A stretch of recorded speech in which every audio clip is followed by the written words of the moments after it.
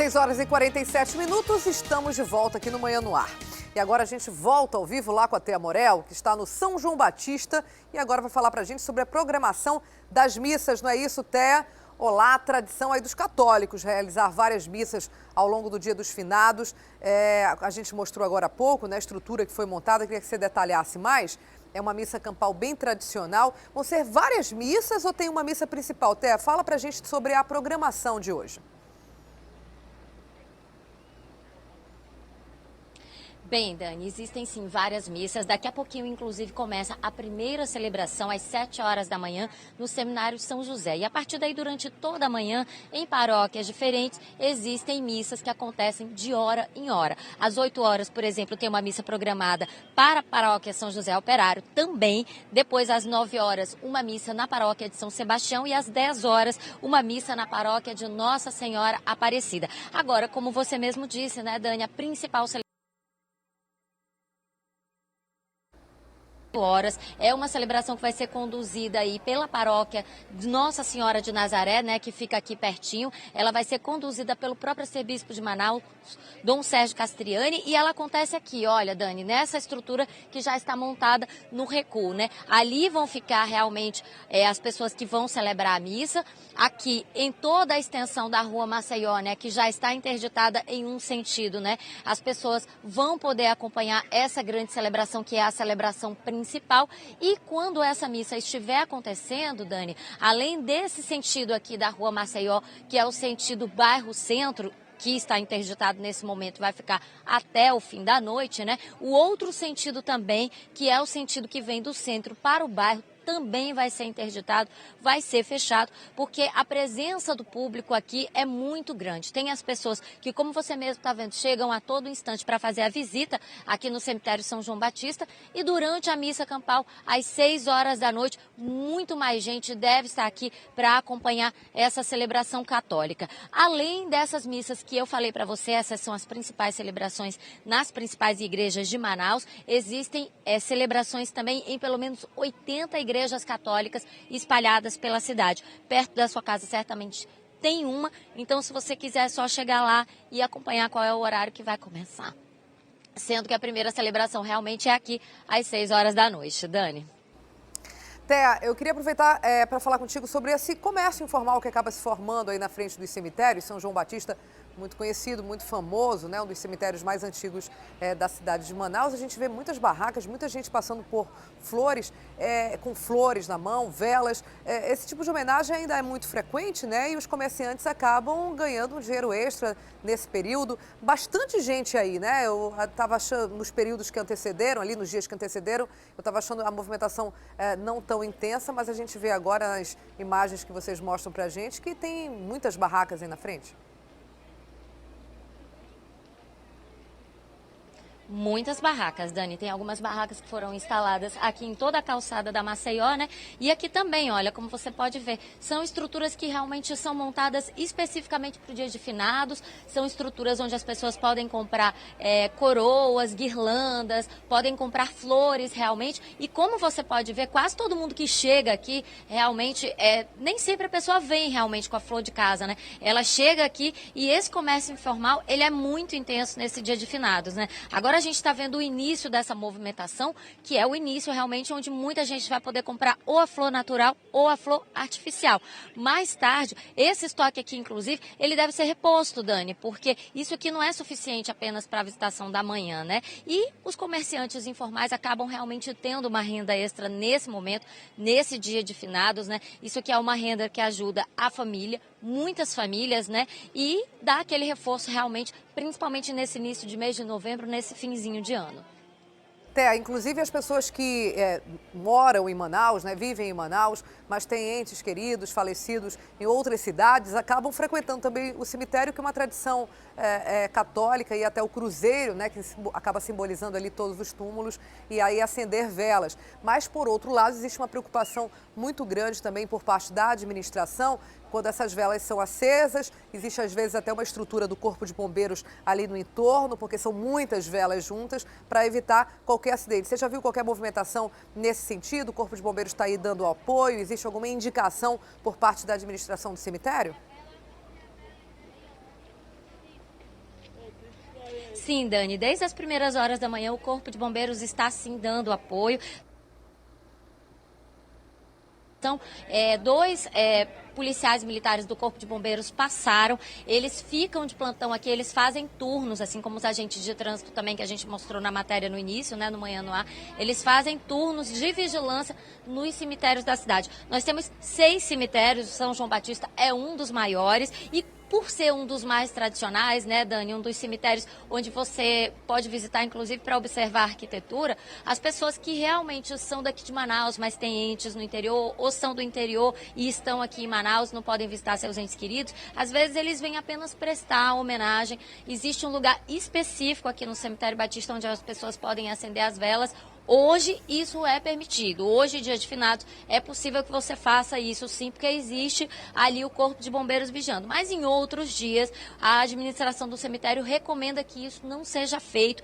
Inclusive, a gente sabe até que as regras de entrada no cemitério mudaram um pouquinho, né? Hoje em dia você já não pode entrar no São João Batista apenas para fins mesmo de visitação, ou se você tiver algum outro tipo de trabalho extra para fazer aqui, visitar arquitetura ou qualquer coisa, você precisa avisar a administração do cemitério e só pode entrar, inclusive, em dias normais com identidade. Hoje não, hoje a entrada é liberada, porque realmente as pessoas vêm visitar seus entes queridos. Seria até improdutivo pedir a identidade de todo mundo, porque a gente sabe que essa movimentação é muito intensa, né, Dani? Como você mesmo falou, mais de 500 mil pessoas devem visitar os cemitérios hoje, nesse dia de finados, só aqui na nossa capital. Obrigada, Thea Morel. E aí, lembrando que essas recomendações da administração foram feitas muito em virtude da segurança. Tinha muitos túmulos, sobretudo aqueles que têm crucifixos em bronze, alguns bancos de mármore, eram assaltados com muita frequência. Então, essas medidas foram tomadas para proteger, inclusive, os túmulos. Obrigada, Thea. A gente volta com você a qualquer instante.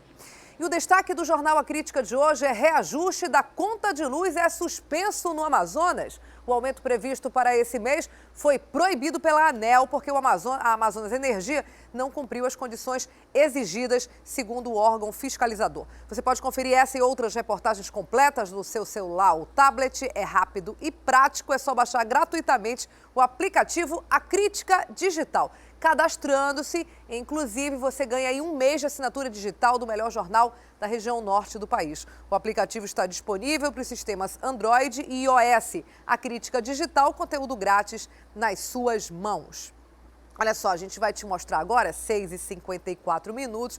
Você que está acordando, hoje é feriado, né? Você achou que podia acordar um pouquinho mais tarde? Então, você que está ligando a TV agora, eu vou resumir para você o que já foi notícia até esse instante aqui no Manhã no Ar. Dupla é presa em flagrante após furtar fios de telefonia e internet na zona norte da cidade. Os vídeos feitos pela equipe da Polícia Civil mostram que os dois homens agiam em plena luz do dia. Em uma única ação, eles retiraram 400 metros de fiação, causando prejuízo de R$200 mil. Polícia prende homem suspeito de aplicar golpes em motoristas de Manaus. Ele se passava por funcionário do Detran e cobrava por vários serviços, entre eles a liberação de veículos apreendidos. Paralisação dos rodoviários em 4 empresas de ônibus afetou pelo menos 60 mil usuários do transporte coletivo aqui na capital durante esta terça-feira. A exigência dessa vez é de pagamento de horas extras. Lojistas acreditam que o crescimento nas vendas para as festas de fim de ano seja de 6%. De acordo com a Câmara de Dirigentes Lojistas de Manaus, a maioria dos pequenos e médios empresários está otimista em relação à retomada da confiança dos clientes na economia. 6h56, quase 6h57. Agora vamos lá para o estúdio da Rádio A Crítica FM conversar com Adeilson Albuquerque. Ele também está ao vivo na 93.1 e agora conversa com a gente aqui no Manhã no Ar, trabalhando também. Adeilson, bom dia. Trabalhando, a gente gosta, né, Dani? Bom dia para você, bom dia para todo mundo que nos acompanha na rádio e na TV. E a gente gosta mais ainda de dar boa notícia como essa que a gente traz agora, né? É manchete, inclusive, do Jornal A Crítica. A tarifa que já tinha sido anunciada, a tarifa de luz, que haveria um aumento. Então, esse aumento foi suspenso pela ANEEL. Tudo continua como antes no quartel de Abrantes, é isso? Exatamente, está aqui. Só para ilustrar, o destaque do jornal A Crítica, né? Reajuste da conta de luz é suspensa no Amazonas. Havia, Daniela Sayag, um termo de compromisso, vamos colocar assim, entre a ANEEL e a Amazonas Energia. Porém, esse termo de compromisso, ele expirou agora no mês de julho deste ano. E aí, durante o termo que já tinha sido assinado anteriormente, que se expirou agora no mês de julho, a Amazonas Energia não cumpriu com algumas exigências que o termo exigia, pedia, cobrava dela. E, consequentemente, como o prazo expirou agora no mês de julho, a Amazonas Energia tinha que fazer essa assinatura desse novo termo, de um novo contrato. Porém, ela não quis, não deu um aval dela, então é por isso que a tarifa de energia não vai ser reajustada aqui no Amazonas. E um detalhe também, essa concessão foi encerrada em julho e a Amazonas Energia está na lista de concessionárias que não tiveram a concessão renovadas e devem ser privatizadas em 2017. Ou seja, a exemplo da Amazonas Energia, outras concessionárias também de energia estão na mesma situação e que devem ser privatizadas a partir de 2017. Olha, um assunto bastante interessante que nos diz respeito diretamente aqui, né? Essa questão de energia ainda é um problema para o estado do Amazonas, sobretudo para o interior, e qualquer coisa que mexa na estrutura geral nos interessa especificamente de maneira decisiva, porque sem energia a gente sabe que não há desenvolvimento e um desenvolvimento com qualidade a longo prazo, então a gente vai acompanhar esse assunto muito de perto. Agora eu mudo de assunto, Adeilson, a Justiça determinou aí que o Estado indenize concursados da Suzan, é isso mesmo? Eles Exatamente. fizeram o concurso em 2005, né? Essa indenização seria por danos morais, porque eles passaram nesse concurso e até agora não foram chamados, é isso? Danos morais coletivos, que inclusive partiu aí da Vara da Fazenda Pública Estadual, do juiz Leonei Figliolo, exatamente isso, a Justiça determinou, até porque muitos cidadãos, muitos concursados, né, que estudaram, que se esforçaram para passar no concurso público da Suzan, eles conseguiram, né, o êxito, passaram, só que não foram chamados. E eles contestaram bastante que alguns terceirizados ou muitos terceirizados foram chamados durante esse período aí. E eles que ganharam a vaga da forma mais legal possível não foram chamados. Entraram com esse recurso aí na Vara da Fazenda Pública, né? Então, o juiz Leonel Figliolo acabou, então, condenando aí o Estado a pagar danos morais coletivos a serem rateados entre os candidatos aprovados. O valor do pagamento é de R$200 mil, então deve ser rateado entre os beneficiados, todos aqueles concursados que passaram em 2005 no concurso, mas infelizmente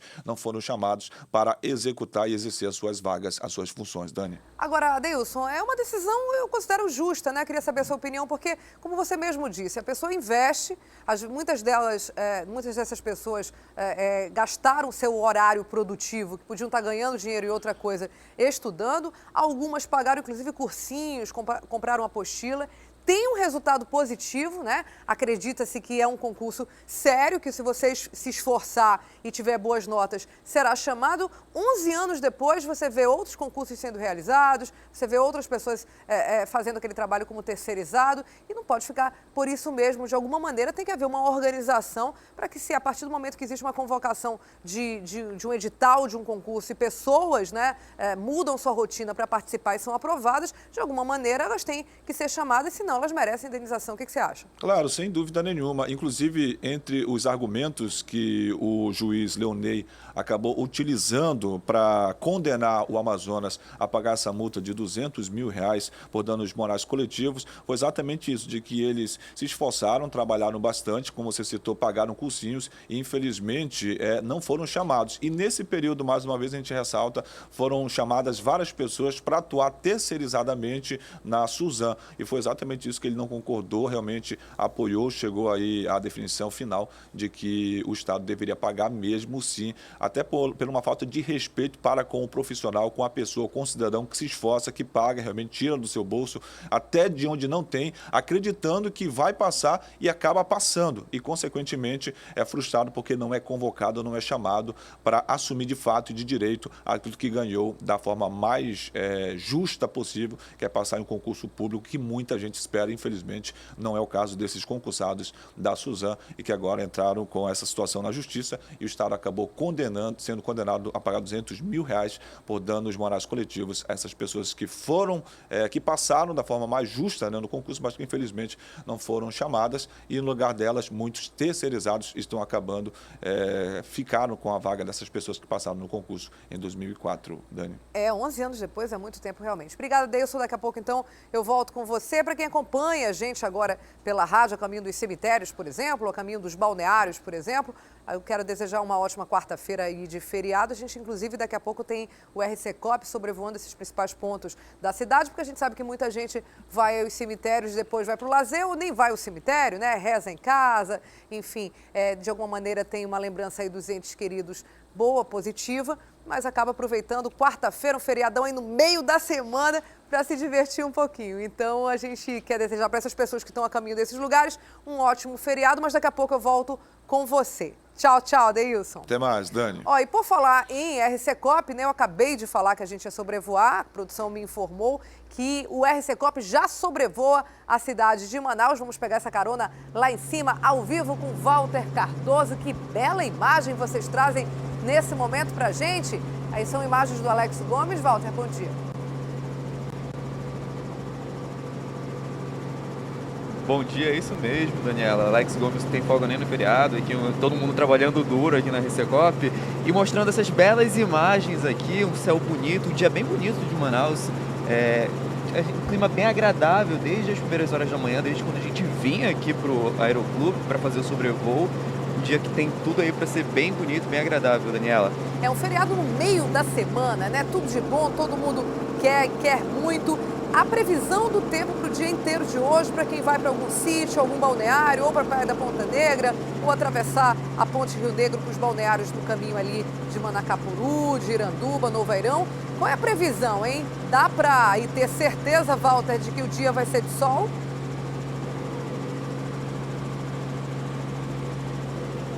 Dá para ter quase certeza, porque a possibilidade de chuva hoje é de apenas 10%, Daniela. Agora, de manhã, a temperatura é de 27 graus, com uma sensação aí de 30. E a máxima do dia chega a 33 graus. Mas, olhando aqui de cima, a gente dificilmente encontra uma daquelas nuvens que indica realmente a possibilidade de chuva, nenhuma nuvem negra se aproximando aqui da cidade de Manaus, não. Que bom, realmente a gente vê que é um belo dia, uma bela quarta-feira.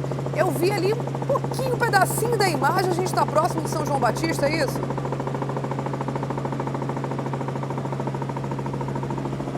Exatamente, Daniela. Estamos aqui por cima do cemitério São João Batista justamente para mostrar como é que está a movimentação aqui no local. A gente sabe que deve ser um dos locais mais procurados da cidade de hoje para as pessoas que vêm aqui prestar suas homenagens. E por enquanto a movimentação nessa área aqui está relativamente tranquila. A gente já consegue mostrar aí a movimentação grande de comerciantes da área, mas o volume de pessoas ainda é considerado pequeno para aquelas cenas que a gente costuma ver normalmente mais por volta do meio-dia, ali que o movimento de pessoas começa a ficar mais intenso. Olha, para quem precisa transitar nessa área, a imagem deixa bem claro, mas eu vou ressaltar aqui a informação, inclusive, que já foi dada pela TE. As áreas, né, bem próximas aos muros do cemitério São João Batista estão interditadas. Nesse momento a gente tem aí o finzinho da rua Maceió, da Avenida Maceió, na Praça Chile. O lado direito de quem vai no sentido bairro centro está interditado para carros, apenas pedestres circulam nessa área. O lado inverso, né, de quem vem centro, bairro, esse sim está liberado. Nesse momento a gente está exatamente aqui em cima do reservatório do Mocó, que é um ponto muito muito conhecido também aí na nossa cidade, essa área toda interditada. Eu queria voltar de novo lá para o Boulevard. O comandante Robson está conosco hoje, né? Acho que sim. Eu queria voltar lá para o Boulevard. Vamos para lá para o Boulevard para a gente dar outras informações. Então, perto, aí no Boulevard também o trânsito está parado, né? No sentido bairro centro, no sentido de quem vai ali da Praça 14 para Ponta Negra. Esse sentido está parado exatamente a partir desse ponto que a gente mostra agora. E do outro lado da pista, de quem vem da Ponta Negra para a Praça 14, por exemplo, esse sim liberado, não é isso, Walter?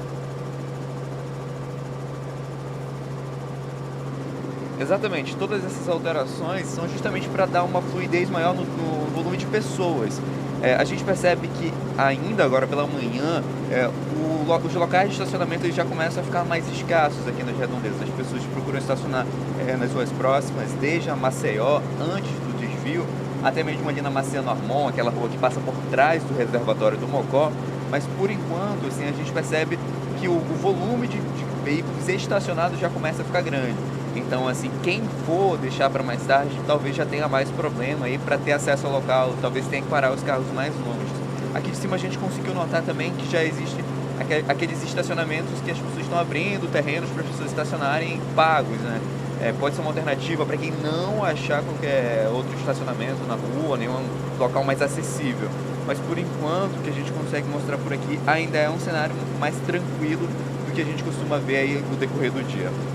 Muitos carros estacionados, inclusive, no entorno aí do Hospital Universitário Getúlio Vargas, em torno da Faculdade de Medicina e nessas ruas adjacentes. Talvez uma boa dica seja ir de táxi realmente quem pode, ou de ônibus, né? A gente não tem até agora nenhum registro que tenha alguma paralisação, então o número de ônibus sempre é reduzido em feriados, mas os ônibus circulam normalmente para um dia como hoje, para um feriado. Então talvez a dica seja ir realmente de táxi ou de ônibus, porque é difícil estacionar, isso já se sabe que é assim, né?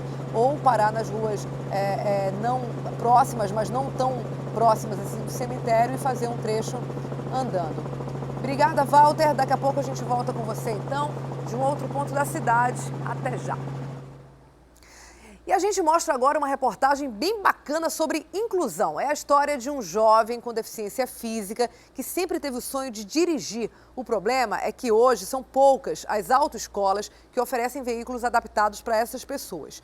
Por isso, quem tem necessidade especial, às vezes, só consegue tirar a carteira de habilitação treinando no próprio carro, um investimento pessoal, aí antes de saber até se vai conseguir ou não a carteira, né? A boa notícia é que o Detran do Amazonas está com um projeto para adaptar alguns veículos da instituição e assim baratear os custos para esses cidadãos, né? E tem que ter igualdade aí de condições para todo mundo, é previsto na Constituição. Vamos ver agora essa reportagem sobre essa iniciativa muito bacana do Detran. Leonardo nasceu sem os braços. Mesmo assim, a vida dele é igual a de qualquer outro rapaz de 18 anos. E como muitos jovens por aí, a paixão dele está sobre 4 rodas. Por isso, a idade de tirar a carteira de motorista foi tão comemorada. É sonho de menino. Era ter um carro, conseguir dirigir e tirar a habilitação. Para realizar o sonho, ele não perdeu tempo e comprou um carro e o adaptou. A marcha e os pedais foram pensados para que o estudante possa dirigir com os pés. Em Manaus, algumas autoescolas oferecem veículos adaptados, mas Leonardo preferiu ter as aulas no próprio carro e, para isso, precisou de uma autorização especial do Detran. O carro ele passa por uma vistoria de adaptação conforme a deficiência do Leonardo, né? O Detran, né, por conta, vai até o carro, faz a vistoria, verifica se está tudo certo para poder iniciar o curso dele. Enquanto o Detran não fizer a vistoria e liberar para o treinamento, não podemos iniciar o curso dele. Quem tem algum tipo de deficiência e quer dirigir, passa pelo mesmo processo que os outros motoristas, desde o exame psicotécnico, prova de legislação até a aula prática. A diferença está na consulta com uma junta médica. A médica do Detran diz que tipo de veículo adaptado a pessoa tem que ter para poder fazer o exame e passar a dirigir. Ainda de acordo com Leonel Feitosa, o Detran também deve disponibilizar em breve carros adaptados para as aulas práticas de direção. Nós estamos aí adaptando veículos do Detran que irão servir para que as pessoas possam fazer as suas aulas. E com isso baratear esses cursos para que eles possam aí tirar também a sua habilitação e andar tranquilamente pela cidade, pelo estado e pelo mundo todo. A habilitação do Leonardo deve sair antes do fim do ano e, para ele, o documento vai vir com um gostinho de liberdade.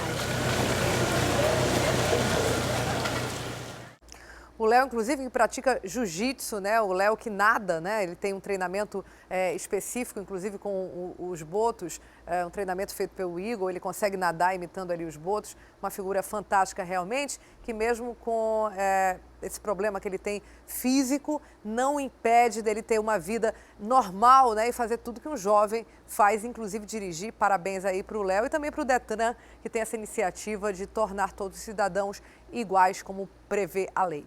E atenção, dona de casa, hein? Desde ontem está valendo o reajuste do preço do botijão de gás. A gente não gosta da notícia assim ruim, mas é o jeito. Segundo a Associação Brasileira dos Revendedores de GLP, o valor deve subir de R$ para R$ 4.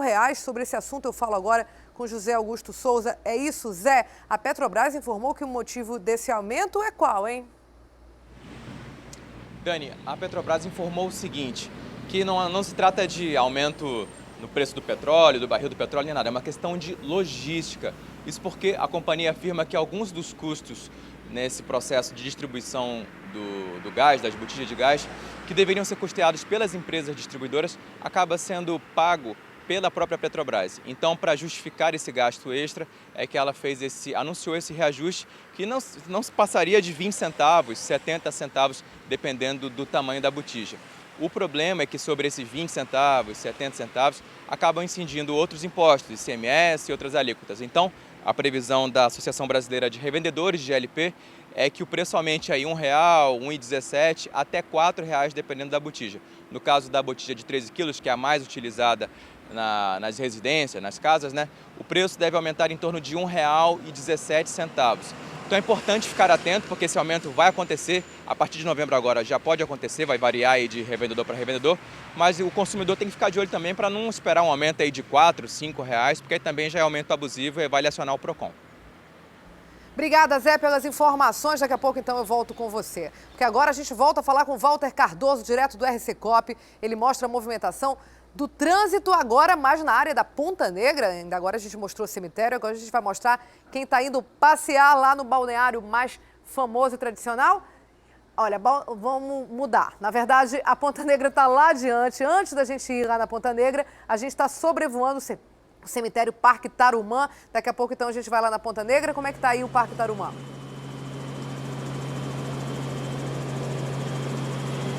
Exatamente, Dani. Nós estamos aqui no maior cemitério, né, de Manaus em termos de tamanho, né, em termos físicos. O cemitério Nossa Senhora Aparecida, ele que foi fundado em 1976, ele tem mais de 100 hectares. A gente vê o tamanho e é equivalente praticamente a 100 campos de futebol. Aqui a movimentação já é maior do que a gente mostrava lá no cemitério São João Batista. A gente mostra que tanto dentro aqui do cemitério quanto nas intermediações, aqui na Avenida do Turismo. Vale ressaltar, Daniela, que nessa área aqui não houveram tantas intervenções no trânsito como, por exemplo, lá no cemitério São João Batista. A única alteração feita aqui na área mesmo foi a questão de serem fechados os retornos aqui, para evitar que as pessoas estacionassem, para evitar qualquer tipo de transtorno. As partes dos retornos são feitos aqui próximos cemitérios, quando fechados as pessoas têm que ir até a bola, mais próximo ali já da Ponta Negra efetivamente. E por aqui a movimentação muito grande de veículos, a gente percebe aí que já está mais difícil de estacionar. É realmente um cenário bem diferente do que a gente notava, por exemplo, lá no... O São João Batista é o mais tradicional, mas o Parque Tarumã é o maior cemitério da cidade. Já é esperado uma movimentação dessa, agora 7 horas e 15 minutos, bastante cedo, né? E as pessoas realmente já estacionam os carros como dá. Como o Walter falou, inclusive em relação ao São João Batista, alguns terrenos aí também no Parque Tarumã são feitos de estacionamento, muito carro parado na pista, em cima, inclusive a gente vê nesse momento, em cima ali do jardim, né, em cima ali das áreas onde não poderia estar estacionado, as áreas públicas, do canteiro central aí da Avenida do Turismo, não pode estacionar aí, mas muita gente acaba deixando os carros. E uma movimentação muito grande. Já era esperado para esse momento da manhã tão cedinho, agora uma movimentação dessa, engarrafamento a gente vê nesse momento aí na Avenida do Turismo, próximo ao cemitério, né, Walter? Exatamente, muito grande a movimentação, a gente vai mostrando agora nas imagens do Alex Gomes o tamanho do fluxo de veículos aqui. O fluxo está pesado, a gente nota a retenção desde a bola aqui da Ponta Negra, de quem já está saindo da Ponta Negra, quem vem ali da Avenida Brasil, vem da Compensa, cortando o caminho aqui por dentro mesmo, a gente nota que está tendo uma vida bem difícil, seja quem pretende ir para o cemitério efetivamente ou quem usa isso aqui como passagem. É bom ter paciência e se preparar para enfrentar todo esse trânsito aqui antes de chegar no cemitério. A gente nota aí que muitos veículos, e sem contar, a gente nota todo esse tráfego, ainda tem que pensar que eles vão procurar local para estacionar. Então, assim, é um efeito dominó. Quanto maior a quantidade de veículos, maior vai ser esse engarrafamento no restante do dia, né, Daniela? E eu fico me perguntando para onde vai tanto carro ser estacionado, né? Porque nesse momento a imagem que o Walter traz para a gente, com imagens do Alex Gomes, é uma avenida do turismo completamente parada, com trânsito pesadíssimo, que começa desde a avenida da Ponta Negra, né? Eu queria lá voltar um pouquinho, a lente, Alex, aqui para Ponta Negra, olha, desde quem vem da Ponta Negra, quando dobra da Coronel Teixeira, que quando dobra para a Avenida do Turismo, já encontra um engarrafamento desse jeito. Então, esse engarrafamento lá do cemitério Parque Tarumã, ele começa lá na Estrada da Ponta Negra. Realmente, olha, bem aí de quem faz o retorno, quando você vem andando de repente na Estrada Ponta Negra, quando vai dobrar para a Avenida do Turismo, aí você encontra já os carros parados na sua frente, muito lento realmente. Quem decidiu acordar cedo, achando que ia ter essa ideia sozinho, ia ter a vida facilitada, não deu muito certo não. Então, se você pretende ir para o cemitério Parque Tarumã, é bom nesse momento que dê um tempinho em casa, que tente um horário um pouco mais próximo ali do horário do almoço, porque você vai sair de casa e vai ficar parado no trânsito, porque não se mexe praticamente o trânsito nesse instante na Avenida do Turismo. Agora vamos aproveitar, Walter, que a gente já está aqui na Ponta Negra e agora sim falar do balneário. A gente sabe que todos os feriados a Ponta Negra é bastante movimentada, são feriados de meio da semana, né? Plena quarta-feira, 2 dias de trabalho antes, 2 depois. O amazonense, o manauara mais especificamente, está aproveitando aí no balneário, ou para o pessoal que vai curtir ainda está cedo demais?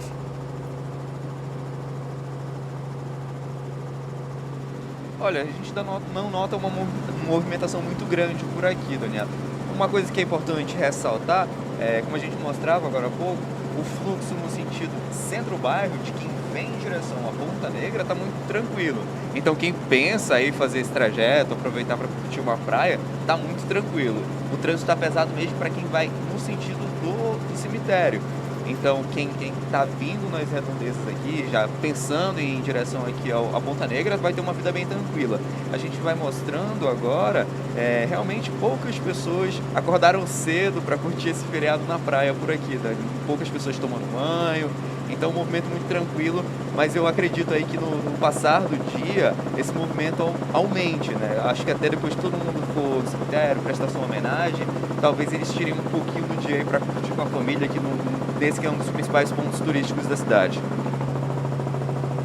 Olha, a gente depois pediu para a produção apurar o que está acontecendo lá. A gente está vendo, aparentemente, algum treino ali acontecendo na praia da Ponta Negra. Realmente é uma praia bastante extensa, né? Principalmente, são pessoas nadando, principalmente depois nessa época, independente de ser ou não uma praia artificial, sempre tinha praia, mas agora ficou um praião gigante, uma imagem realmente muito bonita que a gente tem nessa época do ano, no segundo semestre. Pouca gente ainda na praia da Ponta Negra, mas como o Walter falou, provavelmente esse cenário muda, até porque o dia tá bonito e as pessoas vão aproveitar aí para tomar um banho de Rio Negro, no Rio Negro, sem dúvida nenhuma. Walter, obrigada pelas informações.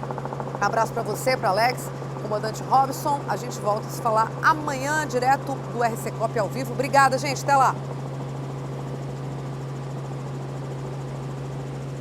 Tchau, tchau, Dani, e um bom dia em nome de toda a equipe do RC Cop.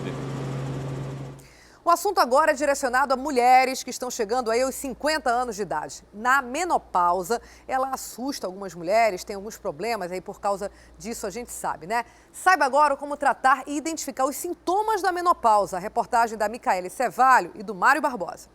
Os sintomas começaram há 4 anos e ficaram tão intensos que ela foi parar no pronto-socorro. Antes de eu ficar menstruada, comecei a sentir muitas dores nas pernas, muita dor de cabeça e muito mau humor, cansaço, assim, mal-estar. Como eu estava estudando e trabalhando, né, fui adiando a saída ao ginecologista.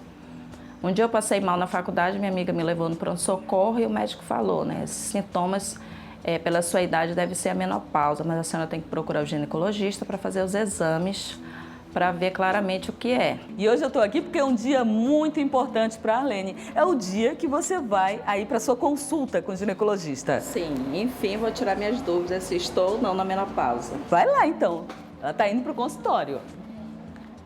A professora contou tudo o que vem sentindo. A ginecologista passou alguns exames e acalmou a paciente. É importante a gente caracterizar. Se você realmente está no climatério, menopausa ainda não é, pode ficar tranquila.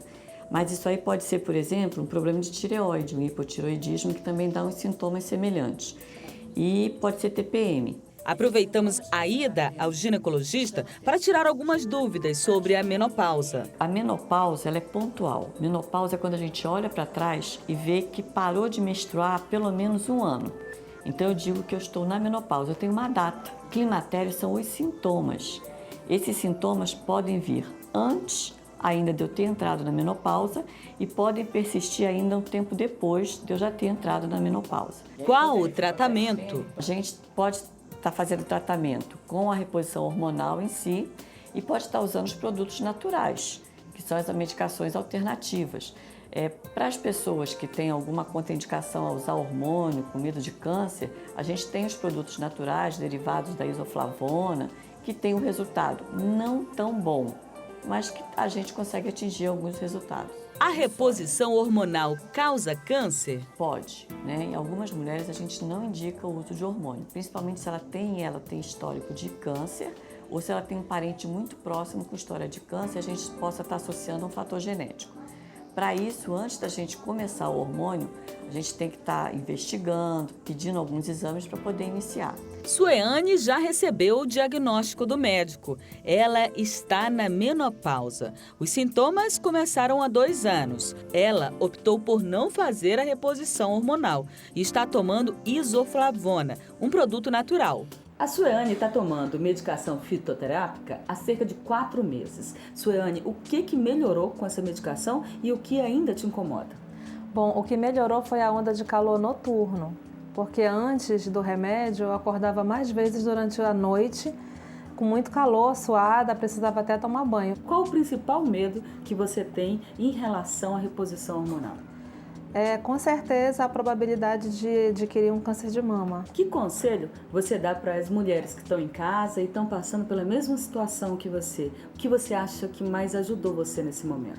Bom, o que mais ajudou foi a informação, né? A gente procurar se informar, ir ao médico e dizer tudo que tem vontade de dizer, porque a gente começa a sentir muita coisa e associar muitas doenças.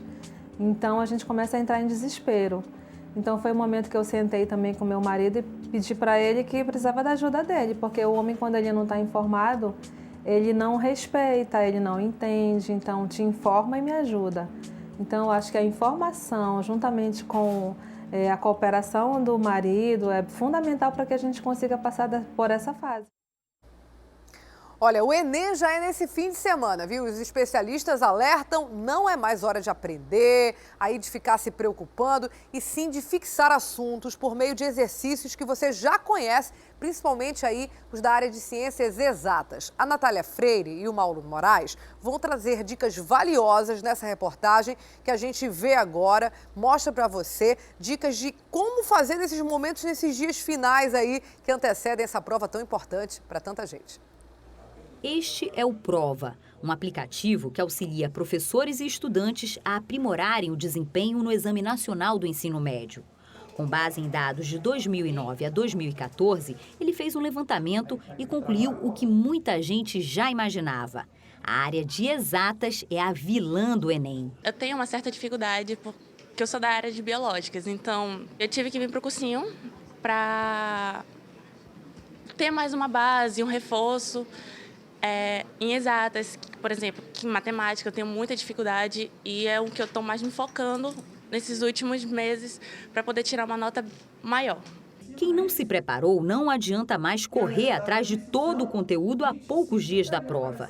Este professor de matemática explica que agora é fixar o que já foi estudado. No momento que a gente está, não adianta tentar querer tentar aprender coisas de última hora. Então, o ideal é pegar a prova anterior do Enem, tentar resolver, e aí, eventualmente, você vai lembrando uma fórmula ou outra, um raciocínio, uma ideia nova, mas o ideal é resolver exercícios, resolver questões e não focar mais na teoria.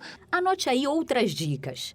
A primeira é começar a prova pelas disciplinas consideradas mais fáceis e não perder muito tempo com questões que apresentam muita dificuldade. A prova do Enem é uma prova muito cansativa, que tem muitas questões, principalmente o segundo dia, em que o aluno tem que fazer uma redação muito boa, tem 45 questões de linguagens e 45 questões de matemática. Então, o ideal é não perder tempo com questões muito complexas. Se você vê que não está desenvolvendo a questão, pula e vai resolvendo as questões mais fáceis, porque aí você já garante uma boa nota. E aí, o tempo que sobrar, você dedica a essas questões um pouco mais difíceis. A segunda dica é ler as questões com muita atenção e interpretá-las de forma correta.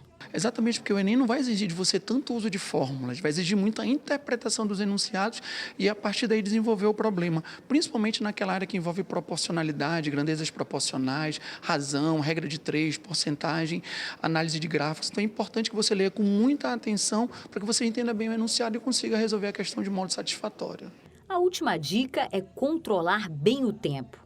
A prova de matemática, por exemplo, é a mais extensa e saber algumas fórmulas de cabeça ajuda a sair na frente. A dica para quem ainda está se preparando é exatamente focar na parte de estatística, análise de gráficos, média, moda, mediana, funções do primeiro e segundo grau, um pouco da geometria plana, né, alguma outra fórmula, mas principalmente a parte da proporcionalidade. Razão, proporção, regra de 3 e porcentagem. Esse é o peso maior na prova do Enem. Então, se você ainda quer se preparar esses últimos dias, dá uma focada nisso que dá para tirar uma nota razoável. Orlando sempre teve dificuldade com a área de exatas. Ele sonha cursar medicina e, para isso, precisa se sair bem em todas as matérias.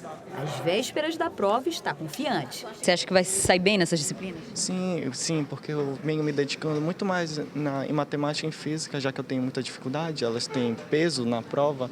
Então, vamos ter em breve o doutor Orlando? Espero. Por isso que eu sou jornalista, também não tendo nada de exatas.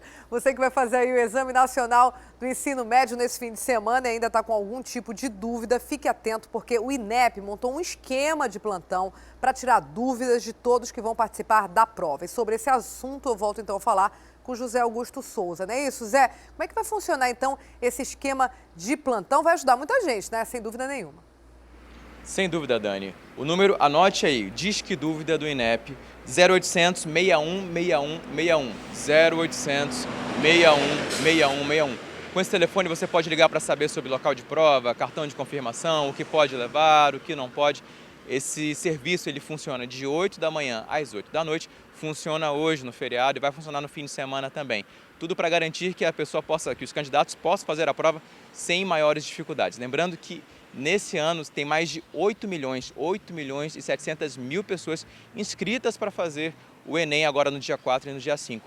Agora, segundo o INEP, tem mais de 3 milhões de pessoas que ainda nem acessaram o seu cartão de confirmação. Então tem que ficar atento, usar a internet, acessar ali o site ou baixar o aplicativo do Enem e para saber essas informações, para saber como fazer isso, liga no 0800 61 61 61 que você tem as informações sobre, enfim, como fazer esse exame, tudo da maneira mais tranquila. Lembrando que há uma grande oportunidade de você conseguir o acesso ao ensino superior, instituições públicas, ou até mesmo a comprovação do seu ensino médio para quem está atrasado. Ali, enfim, o Enem também serve para isso, né, para garantir o diploma de ensino médio.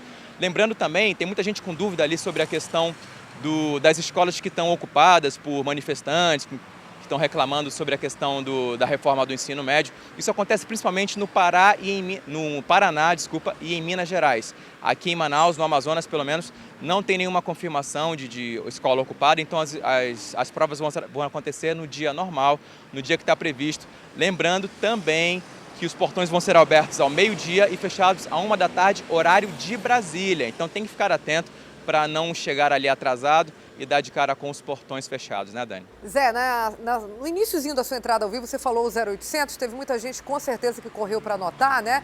Inclusive quem está dormindo ainda, que ficou estudando até tarde, com certeza o pai e a mãe estão ali assistindo a gente, correu para anotar. A gente colocou agora de novo aqui na tarja no vídeo, mas eu queria que você repetisse como é que as pessoas que têm dúvida de cartão de confirmação, local de prova, endereço, horários, como é que devem fazer aí para ter todas as informações, ficar tudo certinho, que ninguém quer estudar tanto para nadar e morrer na praia, Zé. Já pensou, né? Não vamos deixar isso acontecer. 0800 61 61 61. Você pode ligar de 8 da manhã até 8 da noite, lembrando que é horário de Brasília, né?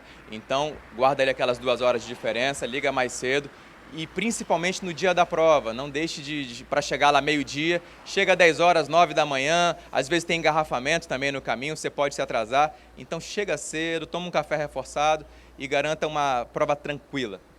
Lembrando que horário de Brasília com horário de verão significa 2 horas de diferença. E toda vez que a gente fala horário de Brasília, 2 horas de diferença. Agora, por exemplo, são 7h32, seriam 9h32. Ou seja, o plantão já está funcionando porque é a partir de 8 da manhã, mas no horário de Brasília. Então já está funcionando, é isso, Zé? Exatamente, tem que ficar de olho nesse horário. Obrigada, Zé. Ótimo fim de feriado para ti, o início de feriado, que tem um longo do dia todinho. A gente volta a se falar, Zé. Até a próxima. Agora a gente vai lá para o estúdio da Rádio Acrítica novamente com a Deilson Buquerque, ele também está ao vivo na 93.1 e agora conversa com a gente. Notícia nada boa para moradores, né, de pelo menos 2 bairros de Manaus, 16 mil pessoas. Está faltando água, Deilson? Pois é, a partir de 8 horas da manhã, os moradores do Campos Sales e também do Parque São Pedro, ali na zona norte da capital do Amazonas, na Torquato Tapajós, eles vão ficar sem um abastecimento de água, porque a Manaus Ambiental, inclusive, repassou para a gente a informação, Daniela Sayag, vai realizar serviços de melhoria no reservatório do Tarumã, que exatamente abrange esses 2 bairros, principalmente ali da zona norte da capital do Amazonas. A Manaus Ambiental pede também que o morador que está ouvindo neste momento a Rádio Acrítica FM, assim como também acompanhando o Manhã no Ar, faça ali um pouco de reserva de água, né? Até para suprir um pouco as necessidades, porque esse desabastecimento acontece daqui a pouco, às 8 horas da manhã, são exatamente 7h34, a previsão é que comece às 8 horas da manhã e termine por volta de 2 horas da tarde. A Manaus Ambiental já garantiu também que o abastecimento vai voltar à sua normalidade a partir das 4 horas da tarde nesses 2 bairros. Então a gente aproveita também para reforçar o pedido da Manaus Ambiental, que o cidadão do Parque São Pedro, também ali do Campos Sales, possa reservar um pouquinho de água, né, nesses minutos que ainda restam para as 8 horas da manhã, até para não sofrer tanto com esse desabastecimento que é muito importante para a melhoria do sistema de água daquela localidade. Corre para encher o balde, porque feriado e um dia quente como hoje, ninguém merece ficar sem água, né? A gente precisa realmente de água para várias coisas dentro de casa. Eu acho que nem luz é tão complicado, viu? Porque luz ainda você sai, coloca ali na porta de casa uma cadeira, fica rezando para bater um ventinho. Conversa com o vizinho. Conversa com o vizinho, se for à noite, acende uma vela, faz até um jantarzinho à luz de velas diferente. Agora a água ninguém merece realmente. A gente precisa de uma maneira vital. Agora, vamos mudar de assunto. Ontem a gente estava falando aqui do futebol feminino, né? O quanto a CBF estava discutindo ali uma reestruturação para tornar o futebol feminino, dar uma importância que ele de fato deve. A gente tem Marta, né? 5 vezes a melhor jogadora do mundo. A gente tem grandes destaques, mas tem países, por exemplo, como os Estados Unidos, onde o esporte é muito mais difundido, os estádios recebem um número maior de pessoas e o Brasil, o país do futebol, acaba dando essa ênfase apenas para o futebol masculino. E justamente nesse período, a gente estava falando disso ontem, né? Foi anunciado que a Seleção Brasileira de Futebol Feminino vai ser, então, comandada pela primeira vez por uma mulher. Quem é ela, Deilson? Emily Lima é o nome dela, tem 36 anos, é jovem, apesar disso, né, não tem experiência diretamente, muita experiência sobre o futebol feminino, comandando o futebol feminino, está aí, a gente vê inclusive em destaque agora a Emily Lima, que é a primeira técnica da Seleção Brasileira de Futebol Feminino. Ela já esteve, Daniela Sayag, ela não é, por exemplo, muito aquém da situação por parte dos responsáveis da CBF, foi por isso que eles convocaram, chamaram ela para fazer parte agora, para comandar a seleção principal, porque ela já comandou, inclusive, a seleção sub-17 da CBF. Então, ela já tem uma pequena experiência. Ela não é leiga, assim como muita gente está pensando, não. Uma mulher para comandar de forma primeira, né, de primeira exclusiva aí, a seleção brasileira, que é seleção, simplesmente isso, né? Então, a responsabilidade é muito grande. E o Vadão, o que aconteceu com o Vadão? O Vadão já tinha uma especulação especulação, que era o ex-técnico da seleção brasileira feminina, que ele deveria sair porque não tinha um bom relacionamento diretamente com algumas jogadoras e principalmente o retrospecto dele em termos de conquistas. Esperou-se muito nas Olimpíadas que a seleção brasileira feminina chegasse ao título principal e, sinceramente, a gente jogou demais nas Olimpíadas, fizemos belas partidas, vencemos de goleada alguns jogos, mas na hora do mata-mata, na decisão mesmo, o Vadão afrouxou, como muitos citaram na ocasião, principalmente profissionais críticos da imprensa desportiva. Então, já tinham aí algumas coisas, algumas especulações que ele deveria sair pela falta de bom relacionamento com algumas atletas e também o retrospecto dele em termos de conquistas que não estava sendo dos melhores. E aí, para acabar a situação dele, para enterrar de vez essas especulações e voltar a ser à tona mesmo, então as Olimpíadas que nós ficamos na 4ª posição, realmente de forma bem frustrante, aí então completou tudo isso que já vinha sendo citado. Então o Vadão foi tirado, deixado de lado, inclusive ele foi citado pela FIFA que ele é um dos 10 melhores técnicos do mundo, apesar de tudo isso mesmo, não tinha mais condições, não tinha mais clima para ele permanecer na seleção, acabou saindo e agora a Emily chega com 36 anos, esteve comandando São José agora, inclusive na Copa do Brasil, que ficou na 2ª posição nessa temporada. Então é uma mulher que, assim como todas as atletas, né, são mulheres que jogam no futebol feminino, eu creio que pode ter um bom relacionamento. Ela tem bom relacionamento também com a Marta, com algumas atletas também, que ela já conhece. Eu acho que isso pode ser muito bom. Isso aí faz parte também dessa modificação, desse olhar um pouco mais carinhoso que a CBF, por parte dos seus cartolas, estão tendo com o futebol feminino. Tomara que dê muito certo. A gente espera que isso se torne mesmo, de fato, direito na prática, Daniela. Obrigada, Adeilson Albuquerque. Ótima quarta-feira de feriado para você e para todo mundo que acompanha a gente nesse momento pela rádio A Crítica. Tudo de bom. Até amanhã, Adeilson. Em nome de toda a nossa equipe que também está de plantão aqui na Rádio A Crítica FM. Até amanhã, Dani. Até lá. A gente continua então com as notícias do esporte. Ontem à noite, os organizadores da meia maratona de Manaus, Jovem Pan, se reuniram no Salão Bossa Nova da Arena da Amazônia para definir aí os últimos preparativos para a prova que acontece dia 13 desse mês. Muita gente reunida, hein, gente? A gente conta os detalhes para você na reportagem agora. Mais de 200 pessoas, entre estudantes e profissionais de educação, vão trabalhar na meia maratona de Manaus. A seleção dos voluntários aconteceu nesta terça-feira. Eles vão ter a missão de orientar os atletas e garantir a segurança da prova. Essas pessoas vão estar incentivando, orientando de alguma forma, se alguém precisar de alguma coisa, eles vão estar, a gente vai estar com esse pessoal durante todo o percurso. O evento, que tem como finalidade estimular o esporte local, vai contar com 2 provas. A meia maratona, que são os 21 quilômetros, que é o grande destaque da programação, e a corrida de 6 quilômetros para os atletas iniciantes. Essa prova ela foi criada justamente para trazer todas as pessoas que querem conhecer a cidade, que querem participar de um grande evento, que é uma boa oportunidade para participar.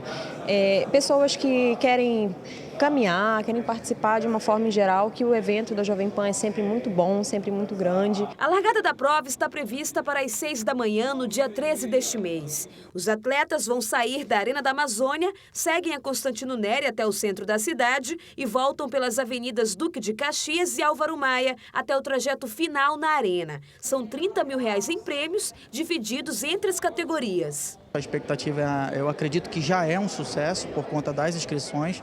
A gente encerrou com quase 30 dias de antecedência. Abrimos um lote extra com 50 inscrições, se esgotou em 40 minutos. A gente abriu outro lote com mais 40 inscrições, se esgotou em menos de 30 minutos. Então, eu acho que as inscrições já falam por si só, acho que a corrida já é um sucesso. E quem conseguiu se inscrever e vir participar da corrida, com certeza pode esperar que vai ser um evento para não esquecer mais. A Jovem Pan estimulando aí o esporte, e esses números mostrados aí pelo Edival mostram o quanto tem essa movimentação realmente de corrida na nossa cidade. Que bom, todo mundo aí procurando ter cada vez mais saúde. Olha, a gente faz um pequeno intervalo agora, são 7h41, e a gente volta daqui a pouco mostrando que já começaram as comemorações do mês da Consciência Negra. Tudo isso e muito mais no Manhã no Ar, em instantes.